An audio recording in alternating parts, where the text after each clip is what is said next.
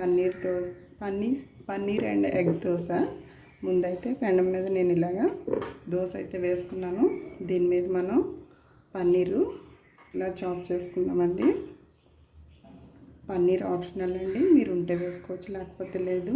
నాకు ఇంట్లో అవైలబుల్గా ఉందనేసి నేనైతే వేసుకుంటున్నాను.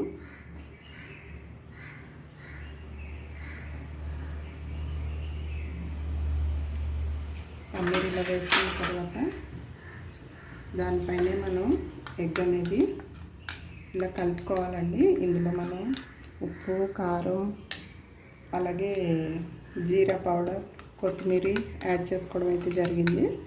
ఇది ఇలా బాగా మిక్స్ చేసుకుని దీని మీద అయితే మనం వేసేసుకుందాం.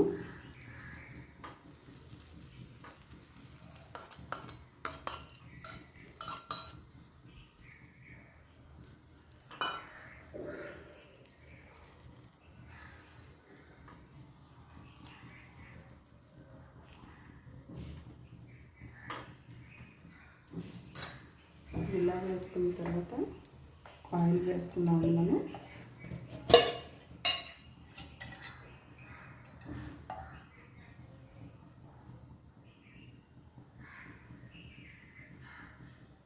మనం ఒకసారి టర్న్ చేసుకుందాం.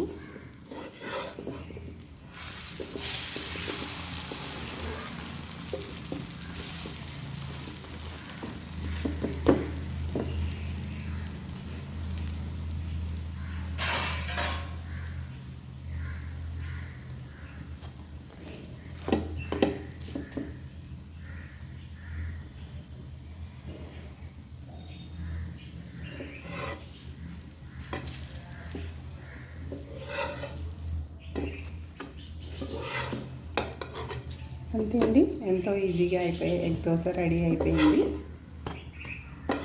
ప్లేట్లో తీసుకుని సర్వ్ చేస్తాం.